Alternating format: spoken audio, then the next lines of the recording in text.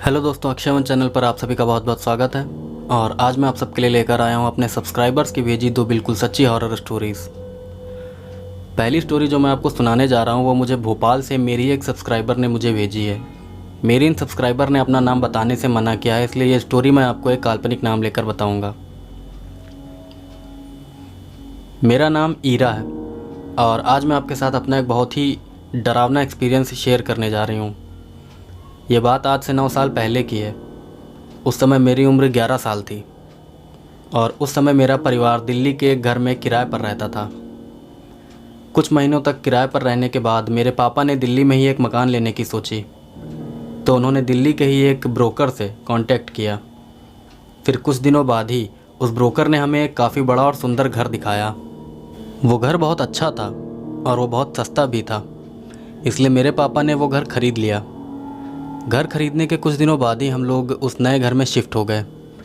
उस घर में शुरुआत के कुछ दिन तो बिल्कुल नॉर्मल बीते, लेकिन कुछ दिन बीतने के बाद रात को सोते समय मुझे बहुत अजीब अजीब से सपने आने लगे।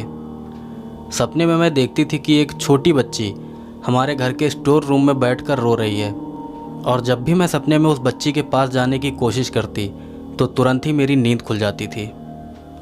एक और अजीब सपना मुझे अक्सर आता था, जिसमें मैं देखती थी कि एक काले कपड़े पहना हुआ आदमी अपने हाथ में कुल्हाड़ी लेकर हमारे घर में घूम रहा है, और उस सपने में जैसे ही उस आदमी की नज़र मुझ पर पड़ती थी वैसे ही मेरी नींद भी खुल जाती थी। इस तरह के अजीब सपने लगभग मुझे रोज़ ही आते थे। फिर मैंने इन सपनों के बारे में अपने मम्मी पापा को बताया, तो उन्होंने मुझसे कहा कि ये सब तुम्हारा वहम है, इसलिए इन बातों पर ज़्यादा ध्यान मत दो। फिर मैंने इन चीज़ों पर ध्यान देना बंद कर दिया। लेकिन फिर एक दिन मुझे दोबारा उस बच्ची का सपना आया, और अब की बार मैं सपने में उसके पास पहुंच गई। उस बच्ची के पास जाकर मैंने उससे कहा कि तुम कौन हो। उस बच्ची ने मेरी बात का कोई जवाब नहीं दिया, वो बस मुझे घूरती रही। फिर देखते ही देखते अचानक से उस बच्ची ने मेरा हाथ पकड़ लिया। मैंने उस बच्ची से कहा कि मेरा हाथ छोड़ दो वरना मैं चिल्ला दूंगी। मेरी बात पर उसने मुझसे कहा कि तुम कुछ नहीं कर पाओगी। इसके बाद मेरी नींद खुल गई। नींद खुलने के बाद ही मुझे बहुत तेज़ बुखार चढ़ गया। बुखार इतना तेज़ था कि कई दिनों तक मैं अपने बिस्तर से भी नहीं उठ पाई। इसके बाद मुझे वो अजीब सपने भी आना बंद हो गए। फिर कुछ दिनों बाद ही मेरे सबसे बड़े भाई की अचानक बिना किसी बीमारी के मौत हो गई। भाई की मौत के बाद मेरे पापा ने दिल्ली वाला वो घर बेच दिया। इसके बाद हम लोग भोपाल में शिफ्ट हो गए। भोपाल में शिफ्ट होने के कई महीनों बाद मुझे मेरे मम्मी पापा से पता चला कि दिल्ली वाले उस घर में हमसे पहले रहने वाले एक हस्बैंड वाइफ में से हस्बैंड की मौत भी उसी तरह अचानक हुई थी जैसे मेरे भाई की मौत हुई थी। और तो और बाद में मेरे पापा ने वो दिल्ली वाला घर जिनको बेचा था, उनके परिवार के एक सदस्य की भी मौत उसी तरह से अचानक हो गई थी, वो भी उस घर में शिफ्ट होने के कुछ दिनों के बाद ही। खैर, जब से हमने अपना घर बदला है तब से मुझे कोई अजीब सपना नहीं आता है, और अब मेरे घर में सब कुछ ठीक है। तो दोस्तों, ये थी पहली स्टोरी, और अब मैं आपको सुनाता हूँ अपने ही सब्सक्राइबर की भेजी एक और हॉरर स्टोरी। दूसरी हॉरर स्टोरी जो मैं आपको सुनाने जा रहा हूँ वो मुझे छत्तीसगढ़ से बरखा जी ने भेजी है। तो अब आगे की घटना उन्हीं के नज़रिए से। मेरा नाम बरखा है, मैं छत्तीसगढ़ की रहने वाली हूँ, और आज मैं आपको अपने साथ घटी एक बहुत ही डरावनी घटना बताने जा रही हूँ। ये घटना मेरे साथ साल 2011 में घटी थी। उस समय मेरी उम्र 8 साल थी। खैर, तो ये बात है साल 2011 के गर्मियों के मौसम की। एक दिन भरी दोपहर को मैं मोहल्ले के ही कुछ बच्चों के साथ अपने घर के पास खेल रही थी। उस समय वहाँ हमारे अलावा कोई भी नहीं था, बिल्कुल सन्नाटा था वहाँ पर। फिर खेलते खेलते जब हम लोग थक गए तो पास में एक सरकारी स्कूल की सीढ़ियों पर बैठकर हम सब बातें करने लगे। वो सरकारी स्कूल मेरे घर के पास में ही था, और हम लोग उसी के आसपास दिन भर खेला करते थे। हम लोग वहाँ बैठे बातें कर ही रहे थे कि तभी न जाने कहाँ से अचानक वहाँ पर एक हिजड़ा आ गया। उस हिजड़े को वहाँ देखकर मुझे बहुत हैरानी हुई। मैं सोचने लगी कि अभी थोड़ी देर पहले तो यहाँ पर कोई भी नहीं था, फिर अचानक से ये यहाँ कहाँ से आ गया। वो हिजड़ा दिखने में बहुत डरावना था। उसने लाल रंग की साड़ी पहनी हुई थी, उसकी चोटी खुली हुई थी और वो सीधा मुझे ही घूर रहा था। फिर थोड़ी देर आराम करने के बाद मैं फिर से बच्चों के साथ खेलने लगी। इसके बाद अचानक से वहाँ पर हवा का एक बवंडर आया, और हम सब बच्चों के देखते ही देखते वो हिजड़ा उस बवंडर में गायब हो गया। ये सब देखकर हम सभी बच्चे बहुत ज़्यादा डर गए। फिर हम सभी बच्चे भागकर अपने अपने घर चले गए। फिर उस दिन के बाद से ही मेरी एक सहेली जिसका नाम शिल्पी है, उसकी तबीयत बहुत ख़राब हो गई। उसे बहुत तेज़ बुखार आ गया था।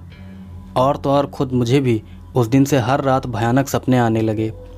फिर धीरे धीरे मेरे साथ और भी कई अजीब चीज़ें होने लगी। अब मुझे हमेशा ऐसा लगता था कि जैसे कोई मुझे घूर रहा है। कभी कभी मुझे एक काली परछाई भी दिखाई देती थी जो कुछ सेकंड तक दिखने के बाद अचानक से गायब हो जाती थी। मुझे अक्सर लोगों के चिल्लाने की आवाज़ें सुनाई देती थी। कई बार तो ऐसा हुआ कि कोई मेरे बगल से मेरा नाम पुकारते हुए बहुत तेज़ी से निकल गया हो। एक रात को तो जब मैं अपने कमरे में सो रही थी, तभी एकदम से मेरा पूरा शरीर एकदम भारी हो गया। उस समय मैं बिल्कुल भी नहीं हिल पा रही थी। फिर तभी अचानक से कोई मेरे बाल खींचने लगा और मेरा गला दबाने लगा। मैं काली माता की भक्त हूँ, इसलिए मैं काली माता का नाम जपने लगी। फिर काली माता का नाम लेते ही सब कुछ नॉर्मल हो गया। इसके बाद सुबह जब मैंने शीशे में देखा तो मुझे मेरी गर्दन पे नाखूनों के निशान दिखाई दिए। उन निशानों को देखकर मैं बहुत डर गई।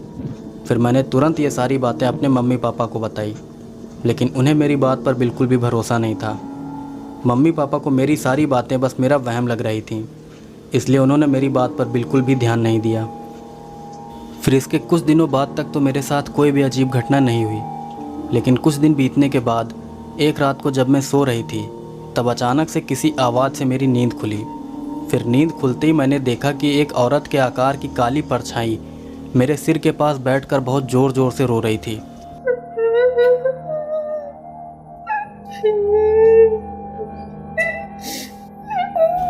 उस औरत के रोने की वो आवाज़ बहुत भयानक थी।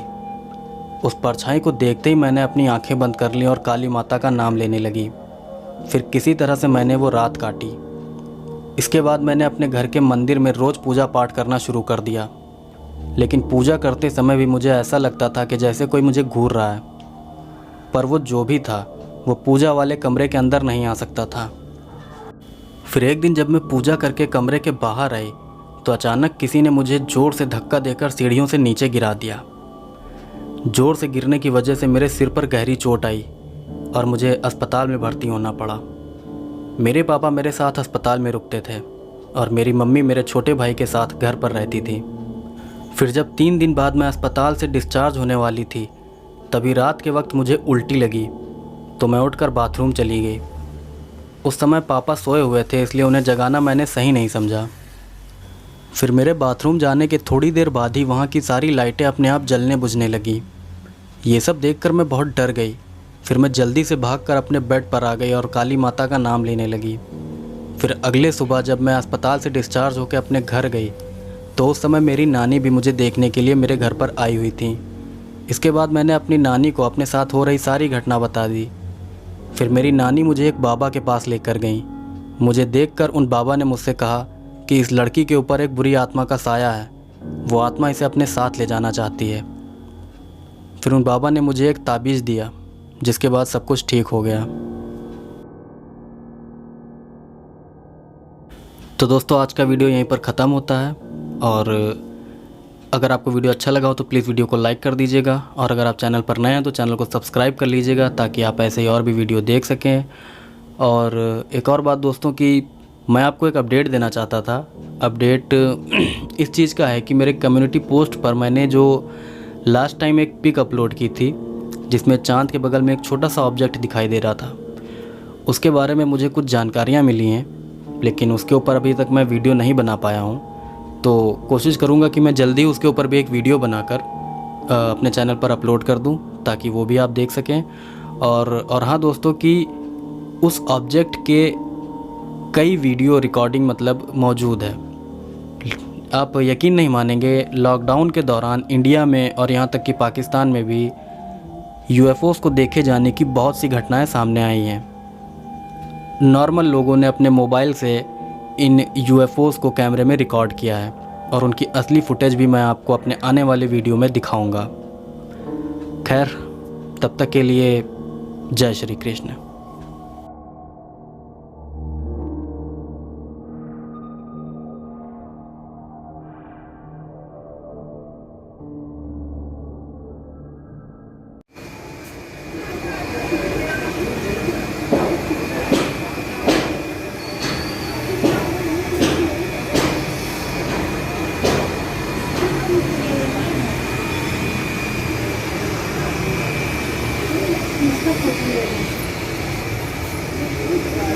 मौसम, ये क्या चीज़ है? अरे चांद नहीं है वो। चांद नहीं है ये, कुछ तो है। अरे कुछ तो अलग है ये। कुछ अलग है। हाँ, ओ माय गॉड, ये देखो ना। सुकुआ बोलते हैं इसको। नहीं नहीं नहीं नहीं, इधर देखो, इधर देखो, इधर देखो, ये देखो। हाँ, घूम रहा कुछ अलग ही। चांद ना है कुछ अलग। चांद नहीं, चांद नहीं, लेकिन चांद जैसे ही दिख रहा। तारा नहीं, तारा बहुत ऊपर रहता है, तारा नीचे नहीं आते, ये घूम रहा, डोल रहा है। तारे नीचे नहीं आते, घूम रहे हैं वो। हाँ, वो कोई तो उड़ाया है कुछ। नहीं नहीं, उड़ाया नहीं। क्या है ये? कुछ तो है।